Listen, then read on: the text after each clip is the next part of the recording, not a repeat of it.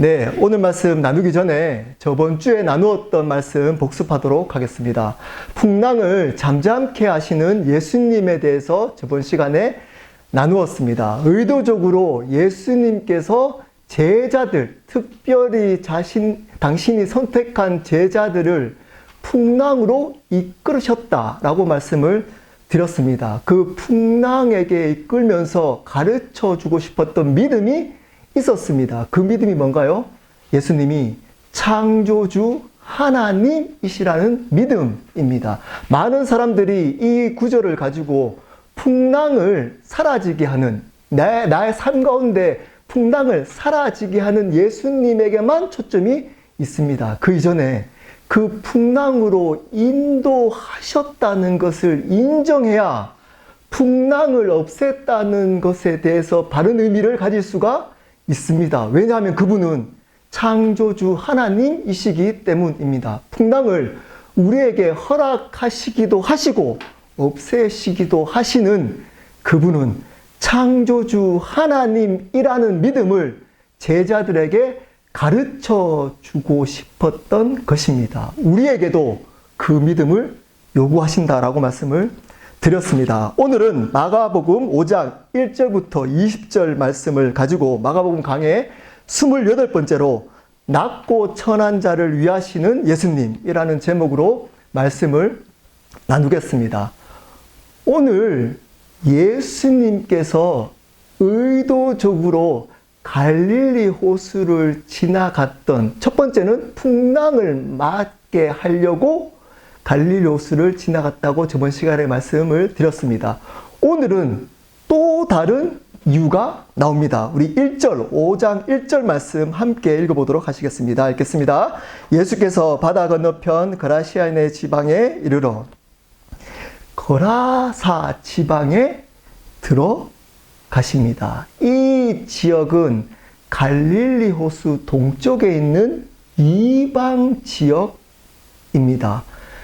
그 당시에 유대인들은 이방 지역에 가지 않았습니다. 그들과도 상종하지 않았던 겁니다. 그런데 예수님께서 의도적으로 이방인 지역에 들어가십니다.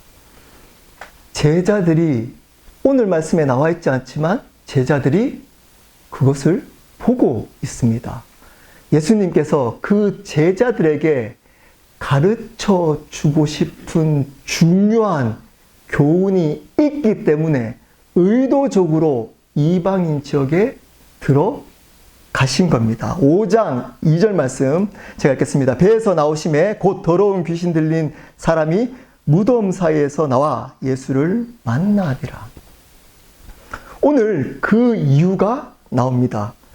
거라사 지방에 있는, 이방 지역에 있는 더러운 귀신 들린 사람을 만나기 위해 그 지역에 들어갔던 겁니다. 이방 지역이라는 것은 거기에 사는 이방인들은 하나님의 저주받은 인간 취급을 당했습니다. 그 이방 지역에 있는 사람 중에서도 그렇게 하나님의 저주를 받았다라고 여겨지는 이방인 중에서도 귀신 들린 사람입니다. 하나님의 저주의 땅 가운데 하나님의 저주를 받은 사람을 만나기 위해서 예수님을 거라사 지방으로 제자들을 의도적으로 데리고 오신 겁니다.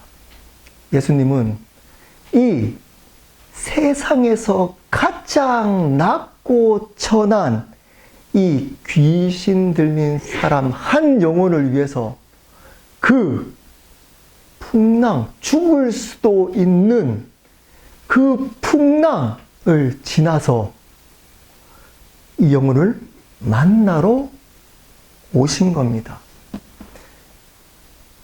이것이 십자가 십자가입니다. 이것이 십자가입니다. 가장 낮고 천한 자를 위해서 자신의 죽음을 택한 사건.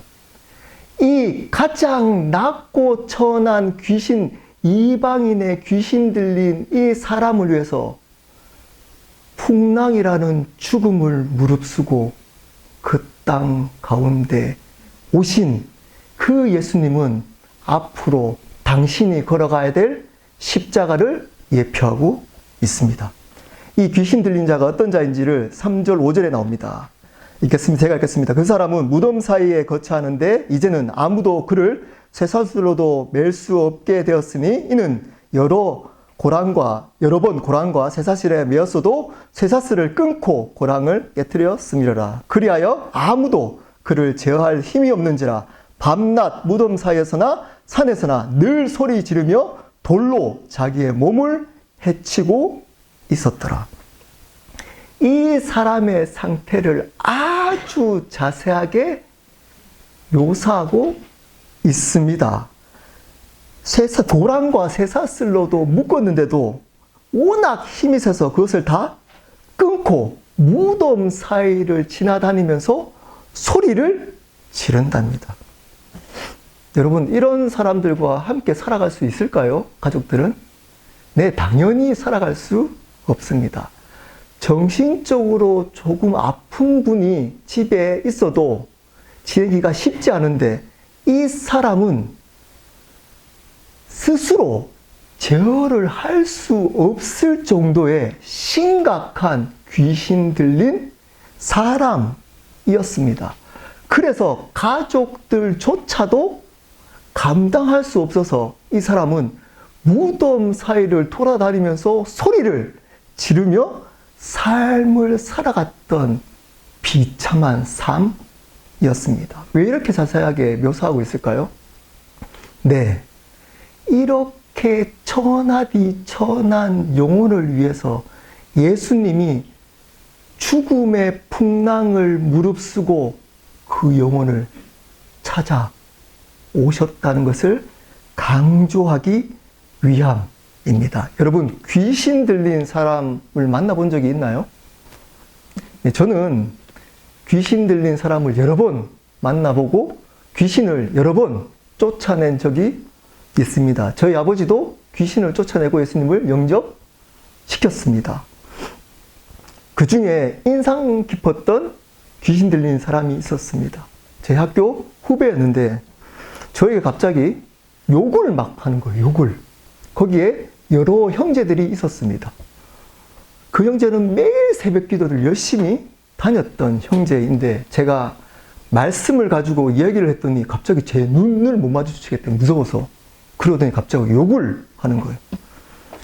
후배들이 당황을 해가지고 너 미쳤냐고 막 그러는데 딱 눈을 봤는데 귀신이 들렸더라고.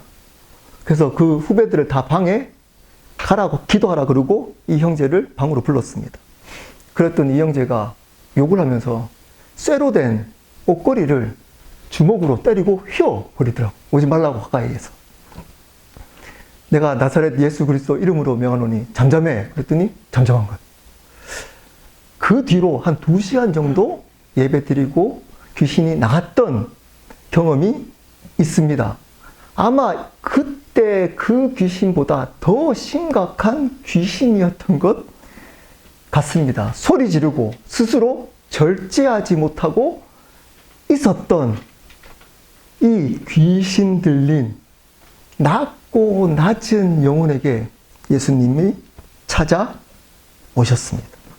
그리고 이렇게 얘기합니다. 5절, 6절, 7절입니다. 그가 멀리서 예수를 보고 달려와 절하며 큰 소리로 부르짖어 이르되 지극히 높으신 하나님의 아들 예수여 나와 당신이 무슨 상관 있나이까 원하건대 하나님 앞에 맹세하고 나를 괴롭히지 마옵소서 하니. 자, 귀신 들린, 즉 귀신이 했던 행동을 자세히 한번 보십시오. 첫 번째 어떻겠나요? 예수님을 보고 달려와서 절합니다. 절합니다. 그리고 어떻게 고백하나요? 당신은 지극히 높으신 하나님의 아들이십니다. 정확하게 고백합니다. 제자들도 아직 예수님이 누구인지를 몰라요. 확실하게. 근데 첫 번째 예수님에 대해서 바르게 고백했던 대상이 누구였다고요? 사단이었습니다. 제자들이 예수님께 무릎 꿇고 예배드린다는 장면이 나오나요? 안 나옵니다. 첫 번째 예수님께 무릎 꿇고 경배했던 대상이 누구였나요? 사단이었습니다. 자, 여기서 여러분 반드시 알아야 됩니다. 예수님에 대해서, 복음에 대해서 지식을 알고 있다고 구원받는 것 아닙니다. 이 자리에 나와서 무릎 꿇고 손 들고 찬양하고 심지어 울고 그분 앞에 엎드려 경배한다고 구원받은 것 아닙니다.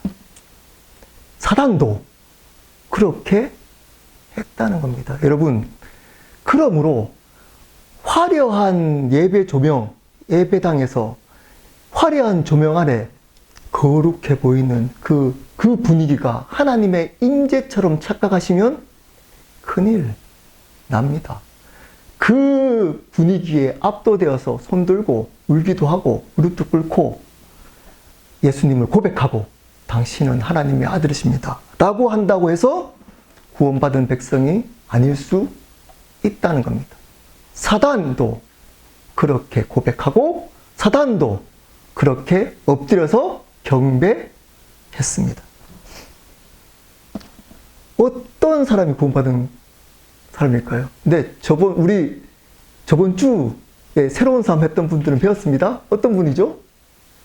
예수님의 복음을 아는 사람이 아니고 복음을 믿는 사람이 구원받는 겁니다. 이 사단은 예수님을 믿지 않았어요. 알았지만 믿지 않았습니다. 믿음이 뭔가요? 이런 얘기들을 교회에서 가르쳐 주지 않습니다. 자기는 당연히 알기 때문에 믿고 있다고 착각합니다. 손 들고 경배하고 이 자리에 예배 주일날 참석하고 심지어 11조하고 봉사하고 그리고 교회에 30년, 20년 다녔기 때문에 또는 집사, 장로, 안수집사, 목사, 선교사라는 직분을 가지고 있기 때문에 당연히 자신은 하나님의 아들이라고 착각할 수 있습니다. 큰일 납니다. 그러면 사단도 그러면 구원받아야 되는 겁니다. 구원은 복음을 믿어야 되고 믿음을 바르게 알아야 되는 겁니다. 믿음이 뭔가요? 간단하게 새로운 삶을 꼭 들으십시오. 집에 가서 뭔가요? 방향을 내가 주인 됐던 삶에서 방향을 바꿔서 예수님을 주님으로 영접해야 하는 겁니다. 쉬운 말로 그분을 위해서 내 삶을 살기로 결단, 삶의 방향을 바꿔야 되는 겁니다. 주인을 바꾸는 겁니다. 주인을 바꾸지 않는 결단이 없었다면 아무리 오랫동안 많은 일을 하고 많은 지식을 가지고 경배를 30년 했더라도 사단이 했던 행동을 했던 불법일 수 있다는 겁니다. 그러면서 이렇게 고백합니다. 그 사단은 당신이 무슨 상관 있나이까? 하나님 앞에서 맹세하되 나를 괴롭히지 마십시오. 상관없다는 겁니다. 상관없나요?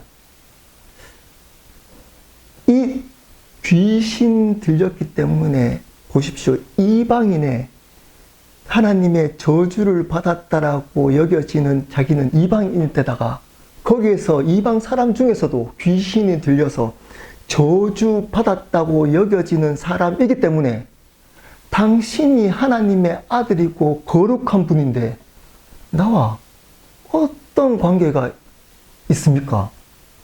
저 상관하지 마십시오. 괴롭게 하지 마십시오. 여러분, 우리에게도 사탄은 이렇게 속삭입니다. 이렇게 속삭입니다. 내가 이렇게 죄인인데 이렇게 하나님의 이제껏 내 삶 속에 하나님의 은혜를 받는 것처럼 보여지는 삶이 아니고 여전히 하나님의 저주 가운데 죄가 반복되고 넘어지고 연약하고 천하고 부족한 사람인데 당신이 나와 어떤 상관이 있습니까? 당신, 나와 절대 당신같이 완벽히 거룩한 분이 나를 찾아오신다고요? 나를 사랑하신다고요? 상관하지 마십시오. 그냥 살겠습니다. 지금도 이 시간에 그러한 음성을 들으면서 앉아있는 분이 계실 수도 있습니다. 일주일 동안 제 삶이 제가 여전히 주인 되어서 너무 바빠서 나만을 위해서 살고 은밀한 죄를 반복해서 이 자리에 왔는데 그냥 주일이기 때문에 이 자리에 앉아있는 거지. 이 말씀과 이 지금 이곳에 계시는 주인 되신 예수님과 거룩하신 그분과 나는 상관없어 나 같은 죄인하고. 사단이 여러분에게 속삭이는 겁니다. 여러분 거기에 속으시면 안 됩니다. 예수님은 죄인을 부르러 오셨습니다. 낮고 천한 영혼을 만나주러 목숨 걸고 오셨습니다. 목숨 걸고 십자가에 돌아가셨습니다. 그 사랑 붙들고 이 자리에 있어야 하는 겁니다. 사단의 그 속삭임에 속으시면 안 됩니다. 지금 이 시간에 끊으십시오. 그리고 8절 13절입니다. 이는 예수께서 이미 그에게 이르시기를 더러운 귀신아 그 사람에게서 나오라 하셨습니다. 이에 물으시되 내 이름이 무엇이냐 이르되 내 이름은 군대니 우리가 많음이니이다 하고 자기를 그 지방에서 내보내지 마시기를 간구하더니 마침 거기 돼지의 큰 떼가 산 곁에서 먹고 있는지라. 이에 간구하여 이르되 우리를 돼지에게로 보내어 들어가게 하소서 하니 허락하신데 더러운 귀신들이 나와서 돼지에게로 들어가매 거의 2,000마리 되는 떼가 바다를 향하여 비탈로 내리다라 바다에서 몰살하거늘. 귀신은 설득하는 게 아니고 어떻게 해야 된다고요? 대적하는 겁니다. 대적하는 겁니다. 예수 그리스도 이름으로 명하노니 내 가운데 거짓말하는 귀신은 떠나갈지어다 라고 했더니 자 그냥 떠나는 사건의 이야기만 나오면 되는데 어떤 일이 있나요? 돼지떼에 귀신을 넣어서 군대 귀신입니다. 아주 많은 귀신들이 들어갔대요. 그 군대 귀신을 돼지떼에게 넣어서 몰살시킵니다. 왜 그랬을까요? 여러분 왜 그랬을까요? 혹시 그 이유에 대해서 이전에 들어보신 적이 있으신가요? 왜 예수님은 이 돼지떼에 귀신을 집어넣어서 몰살시켰을까요? 뭐 이렇게 얘기하면 할 말이 없습니다. 하나님 마음이십니다. 네. 그러면 뭐 할 말이 없습니다. 하지만 굉장히 중요한 뜻이 있습니다. 가장 중요한 오늘 본문에서 가장 중요한 의미가 여기에 들어 있습니다. 이 본문을 가지고 몇 번 들었던 분들은 이렇게 해석하는 분들이 대부분입니다. 목사님들 중에서도 어떻게 해석하나요? 네, 거라사 귀신 들렸던 그 심각한 귀신 들린 문제를 예수님이 쫓아내셨듯이 우리에게 있는 심각한 문제를 예수님은 해결해 주시는 사랑의 하나님이시다. 앞에 풍랑과 똑같잖아요. 앞에도 풍랑을 통해서 풍랑을 만났을 때 우리의 인생의 풍랑을 만났을 때 해결해 주시는 예수님은 좋으신 분이시다. 그 뜻이 없는 건 아니지만 초점이 거기에 있는 것이 아닙니다.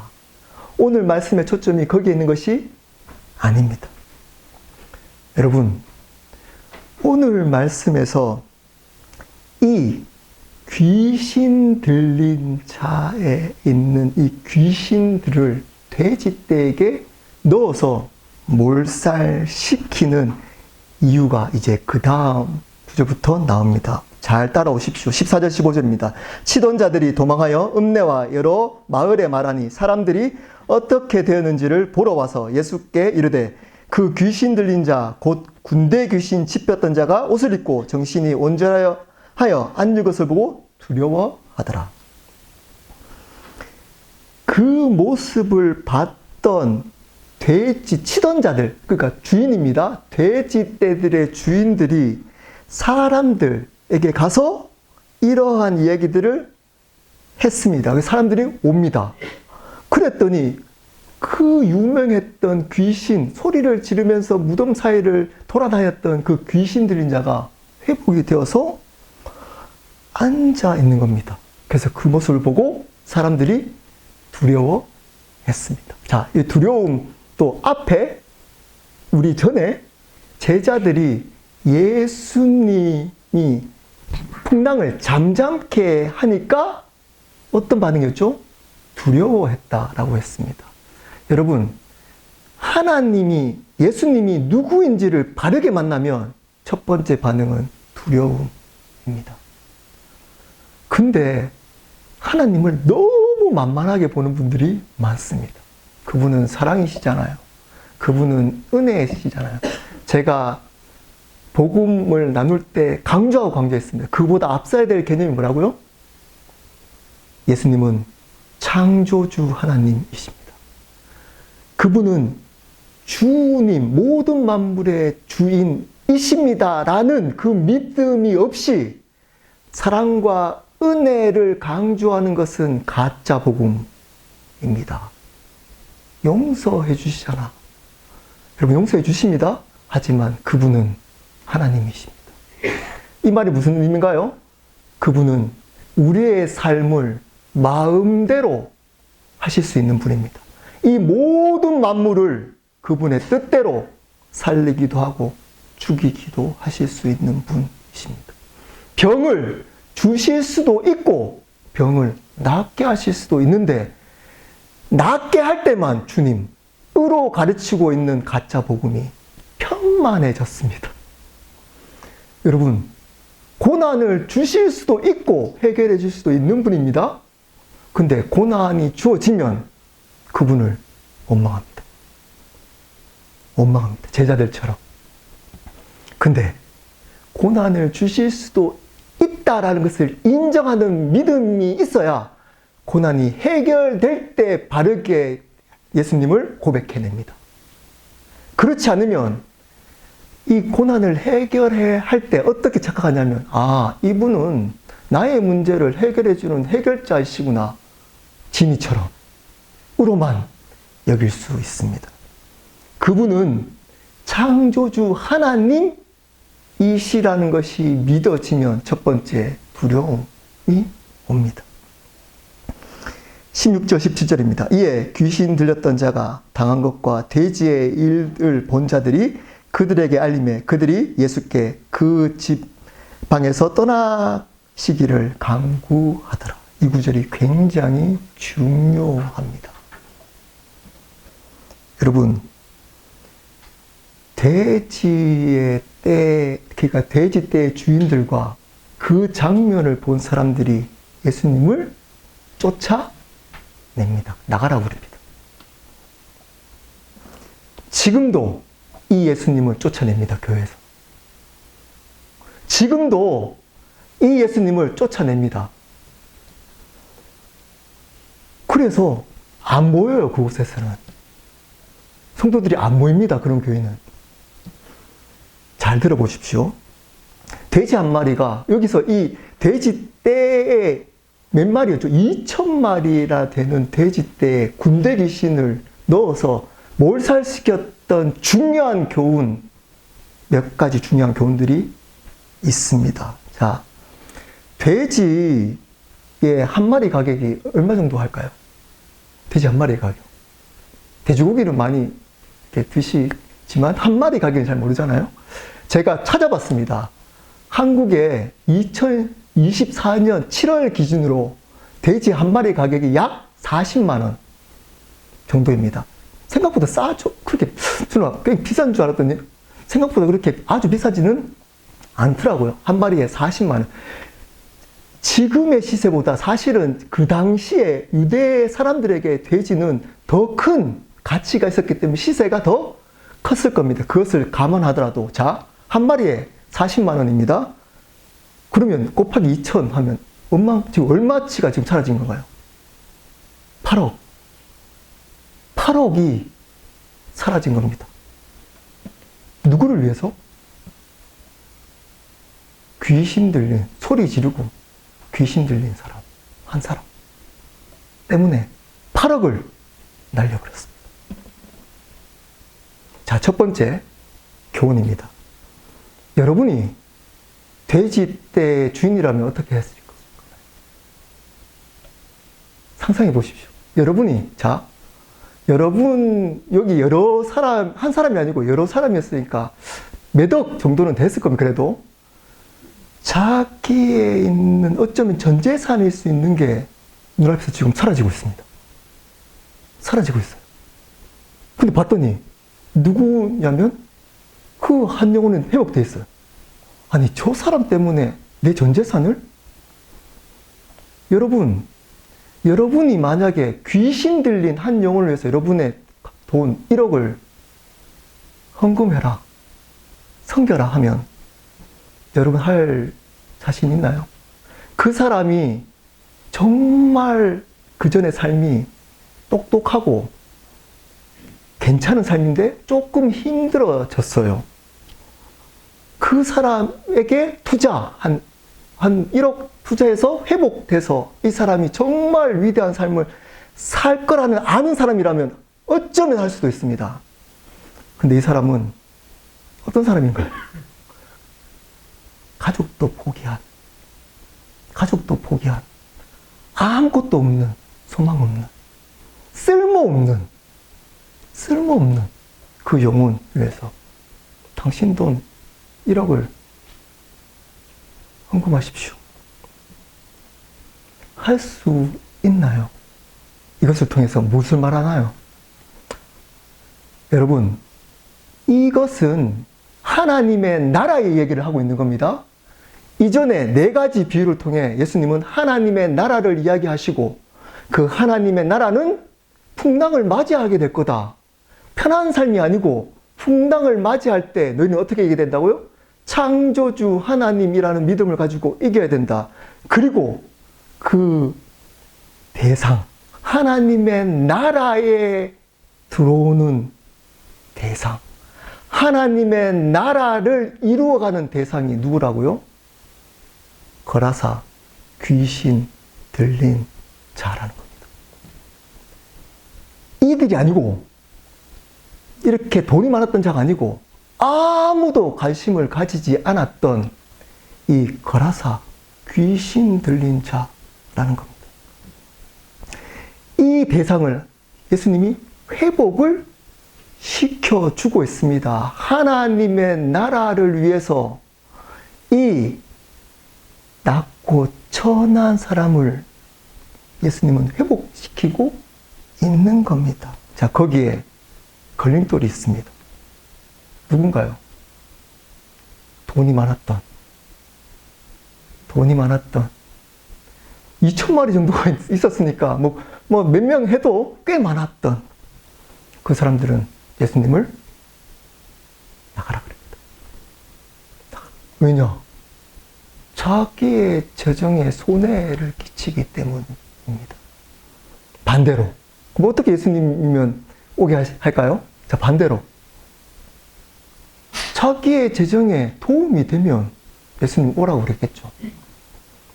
이런 예수님만 지금 교회에서 찾고 있습니다. 이걸 은혜라고 가르칩니다. 2,000마리가 사라진 게 은혜인데 2,000마리가 있어야 은혜라고 거짓으로 가르치고 있습니다. 여기에 쏘가 있는 사람들은 그 예수님을 거역합니다. 2,000마리, 예수님의 가장 큰 라이벌이 뭘까요? 돈입니다. 자기의 가장 중요한 것을 내려놓지 않고는 하나님의 나라에 들어갈 수 없습니다. 내 모든 것들을 내려놓지 않고, 다른 말로 주인이 바뀌지 않고서는 하나님의 나라에 들어갈 수 없다는 것을 이것을 통해서 보여주고 있는 겁니다. 자신의 모든 것으로 여겼던 그 돼지가 사라질 때 그들은 예수님을 떠나가라고 얘기를 합니다. 거역합니다.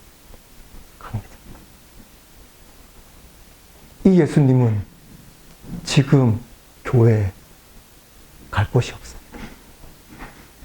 갈 곳이 우리 켈러 교회가 예수님을 환영해야 하는 겁니다.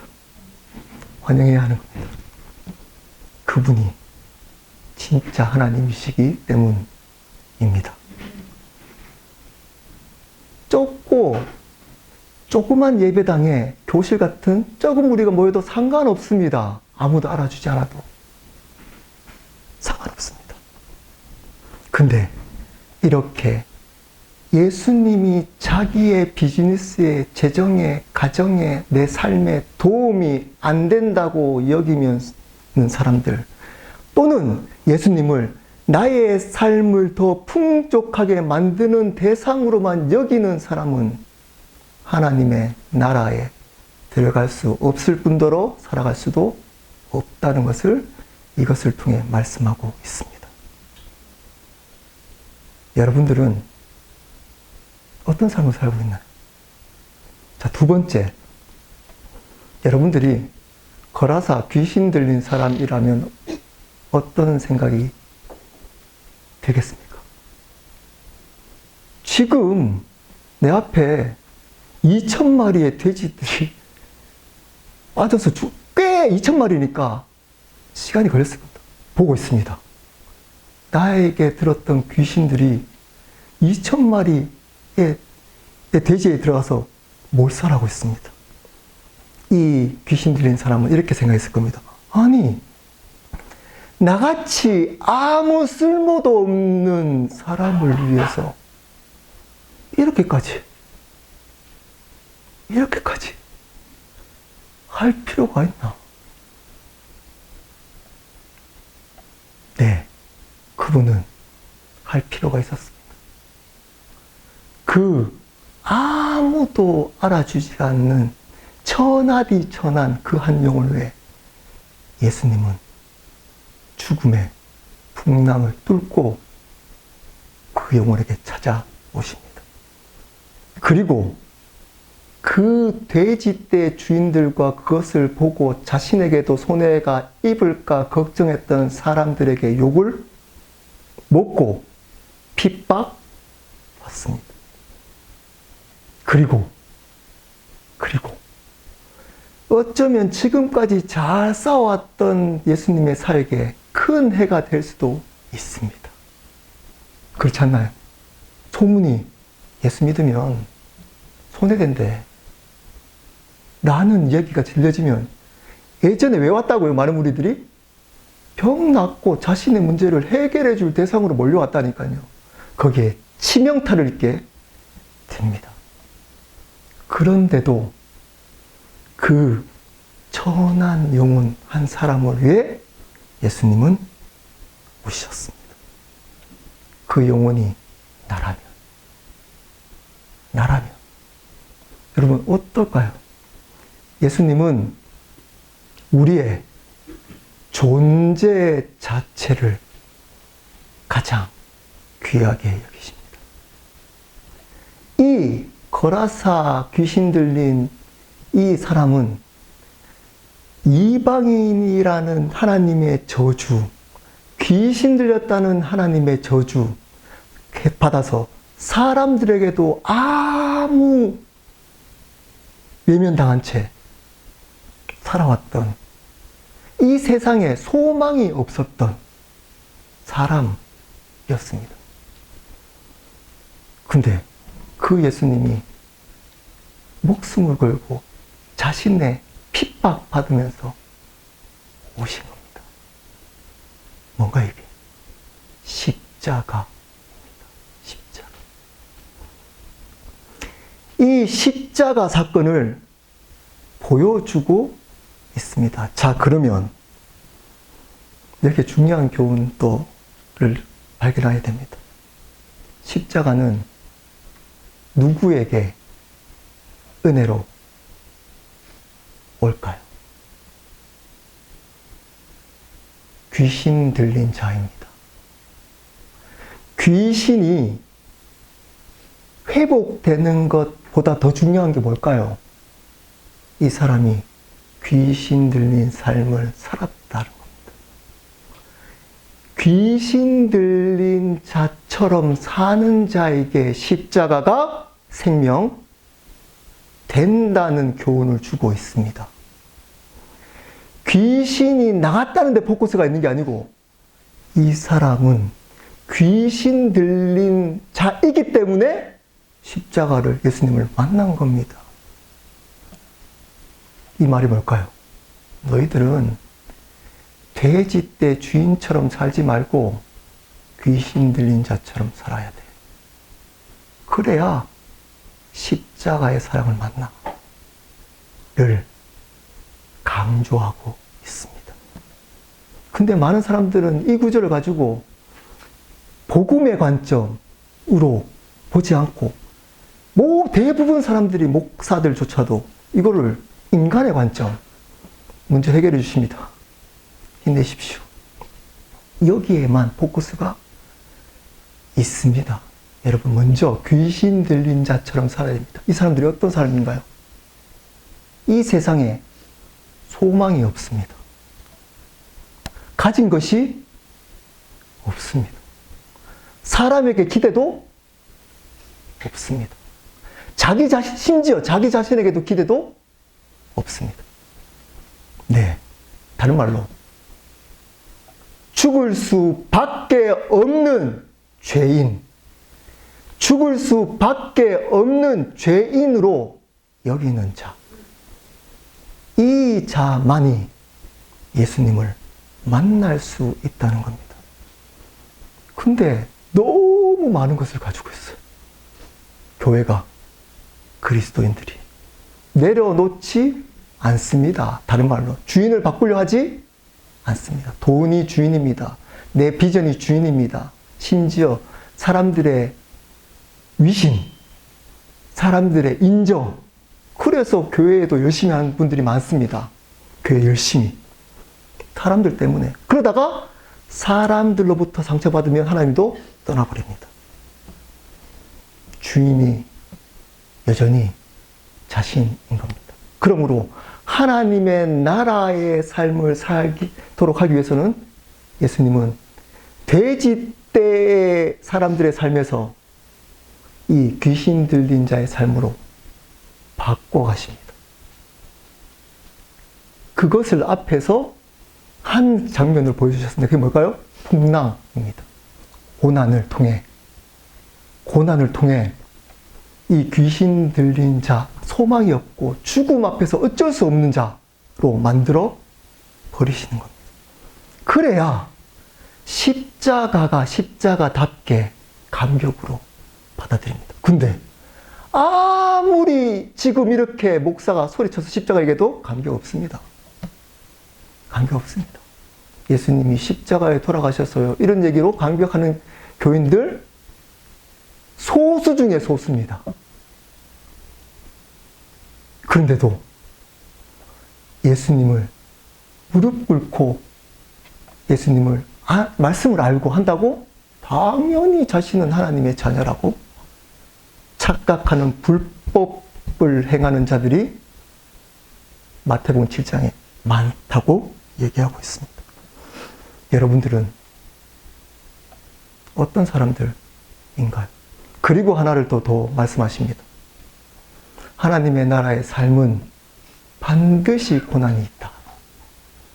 예수님이 이 영혼을 살리기 위해서, 복음 전하기 위해서 풍랑이라는 죽음을 무릅쓰고 사람들의 욕을 얻어먹고 쫓겨날 핍박도 받고 사에게 치명타를 입을 수도 있었습니다. 여러분들은 이 삶을 살고 계신가요? 그 삶을 살고 있는 자가 하나님의 나라에 살아가는 자들인 겁니다. 16절, 17절, 그리고 18절, 20절 말씀 제가 읽겠습니다. 예수께서 배에 오르실 때 귀신 들렸던 사람이 함께 있기를 간구하였으나 허락하지 아니하시고 그에게 이르시되 집으로 돌아가 주께서 내게 어떻게 큰 일을 행하사 너를 불쌍히 여기시는 것을 내 가족에게 알리라 하시니 그가 가서 예수께서 자기에게 어떻게 큰 일을 행하셨는지 데가볼리에서 전파하니 모든 사람이 놀랍게 여기더라. 데가볼리는 헬라어로 10개의 도시라는 의미입니다. 이 그라사 지방을 다른 말로 표현한 겁니다. 이 귀신 들린 자가 큰 은혜를 받았습니다. 그래서 예수님과 함께 있다고 하니까 허락하지 않고 가족들과 사람에게 복음을 전하라. 예수님을 전하라. 그 받았던 은혜를 전하라고 합니다. 하나님의 나라는 하나님 스스로 확장시켜 나간다라고 비유 때 말씀하셨습니다. 자, 그러면 하나님의 나라 스스로 만들어 가시는 하나님 나라에 동참하는 일이 뭐라고요? 복음의 씨를 뿌리는 삶, 즉 복음을 전하는 삶이 하나님 나라에 동참하는 삶이라는 것을 계속적으로 말씀하고 있습니다. 천하고 낮은 자를 회복시켜서 우리가 잘 먹고 잘 살라는 게 아니고 궁극적으로 어떤 이유가 있다고요? 여기 보십시오. 큰 일을 행하사 너를 불쌍히 여기신 것을 알려라. 한마디로 그분의 은혜를 전해라. 그분의 너가 죄인 하나님 저주 가운데 죽을 수밖에 없고 이 세상에 소망이 없던 자에게 나를 만나서 이 땅의 소망이 아닌 영원한 소망을 가졌던 그 은혜를 전해라. 이것이 하나님 나라에 동참하는 일이기 때문이라는 것을 계속적으로 말씀해주고 있습니다. 그리스도인의 삶은 아주 심플합니다. 복음을 전하는 삶입니다. 복음을 알고, 복음을 믿고, 복음을 살면서 복음을 전하는 삶. 답니다. 그것을 통해 하나님의 나라에 그분 스스로 만들어가는 하나님의 나라에 동참할 때 그분을 만나는 겁니다. 그분을 만나는 겁니다. 영원한 그분의 나라에서 살아갈 수 있는 존재가 되는 겁니다. 말씀을 마무리합니다. 오늘 말씀을 통해서 묻습니다, 여러분에게. 여러분들은 돼지떼 주인들과 그것을 보고 손에 입을까 두려워서 예수님을 떠나보내는 자들이 아니신가요? 다른 말로 여러분에 있는 문제를 해결해 주고 여러분을 더욱더 행복하게 만들고 이 세상에서 더욱더 잘 살아갈 수 있도록 그분을 믿으며 살고 있는 존재들 아닌가요? 아니면 이 땅에 소망이 없고 내 것은 내 것이 아니고 다 하나님 것이기에 내 것이 없고 사람들에게 기대하는 것이 아니라 오로지 하나님만 소망하고 이 땅에는 아무런 소망이 없는 거라사 지방의 귀신 들린 자인가요? 여러분, 이 삶을 살아가라 그러면 거의 안 살려고 합니다. 거의 안 살려고 합니다. 대부분 어디에 포커스 맞추죠? 귀신 들린 자를 쫓아내서 이 사람을 행복하게 만들어줬던 예수님을 가지고 이 본문을 얘기하고 그리고 그 예수님을 만나면 여러분의 문제가 해결됩니다. 그렇지 않습니다. 그렇지 않습니다. 반대입니다. 귀신 들린 자처럼 살라는 겁니다. 귀신 들린 자처럼 귀신 들려서 살아라. 그러니까 아니고 병들어서 사람들의 왕따 당하라 그런 얘기가 아니고 어떤 얘기인가요? 이 세상에 소망을 두지 말고 너를 위해서 살지 말고 예수님을 주님으로 인정하며 살아가라는 겁니다. 또 질문을 합니다. 이 본문은 여러분들은 이 한 영혼을 위해서 어떤 희생을 하고 계신가요? 복음을 전하기 위해서 여러분들은 어떤 것을 내려놓고 살고 계신가요? 저희 교회는 새로운 삶이라고 1년에 3번 복음을 전합니다. 전 세계 지금 한 230명이 듣고 어느 순간 저희 교회는 복음으로서는 꽤 세계적인 영향력들을 끼치고 있습니다. 세계에 전하고 있으니까 비록 뒤에 둘러보면 별 볼 일 없는 분들 있잖아요. 걸어서 귀신 들린 자들, 저를 포함해서. 네, 그게 소망입니다. 근데 그분들에게 1시간 정도 강의하고 이번 주도 몇 시간 그분들의 얘기를 들었나요? 여기 참석하신 분들 있잖아요. 4시간을 그들의 아픔을 들었습니다. 한 영혼을 찾기 위해서. 목사인 저도 한 영혼을 찾기 위해서 그 자리에 새벽 1시까지 그들이 말하고 있는 아픔을 듣고 있었습니다. 여러분, 그것이 희생인가요? 그 희생인가요? 그것 때문에 저를 존경한다고 하는 분들이 많아졌어요. 우리 교인들은 아니지만, 우리 교인들은 별로 이렇게 저희 가까이서 보니까 존경할 거 할 것도 없잖아요. 너무 감사합니다. 근데 외부에서 볼 때는 목사가 우리 교회 부흥에 아무 상관없는, 그것도 상처 있는 사람 특징이 있잖아요. 어떻게 하나요? 했던 얘기 또 하고, 했던 얘기 또 하고. 네, 한 30분 혼자 얘기할 때도 있고. 그렇게 앉아서 그 얘기를 듣고 있으니까 저보고 대단한 목사래요. 쏘시면 안 됩니다. 그거 대단한 목사 아닙니다. 당연한 목사인 겁니다. 당연한 목사가 없어서 문제인 겁니다. 한 영혼을 위해서 그 정도도 못하라는 목사가 아닌 겁니다. 여러분, 한 영혼이 교회 10,000명의 부흥보다 더 귀합니다. 귀합니다. 한 영혼이 천하보다 귀합니다. 그 영혼이 어떤 영혼이라고요? 아무 도움이 안 되는 쓸모없는 그 영혼을 찾아야 되는 겁니다. 우리는. 무슨 말이죠? 존재 자체로 가치 있음을 선포해야 되는 겁니다. 아무 쓸모가 없어요. 할 수 있는 게 없어요. 네, 그 영혼. 그 영혼에게 이렇게 얘기해야 되는 겁니다. 당신은 존재하는 자체로 가치 있습니다. 당신은 존재 자체로 가치 있습니다. 이 얘기를 우리에게, 그 사람들에게 이야기를 해줘야 됩니다. 근데 어느 순간 영혼을 수단화 삼아요. 목사가 영혼을 수단화 삼아가지고 인기를 끕니다. 큰 교회 목사, 좋은 대학 나오고 설교 많이 듣는 그 목사, 그 삶과 다르게 살 겁니다. 저희 교회는 그 삶과 반대의 삶을 살 겁니다. 그 예수님이 진짜 예수님이시기 때문입니다. 거기에는 생명의 역사가 없습니다. 왜냐? 돼지떼들의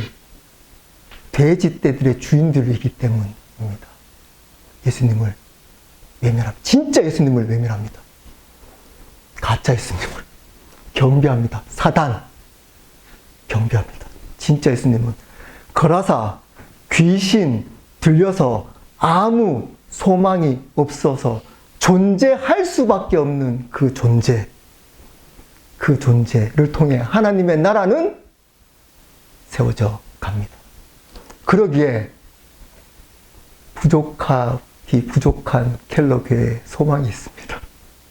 저를 포함해서 하나님은 우리같이 부족한 교회, 우리를 통해 하나님의 나라를 세워가고 그 나라에 동참하는 기쁨을 누리도록 하실 겁니다. 함께 기도하도록 하시겠습니다.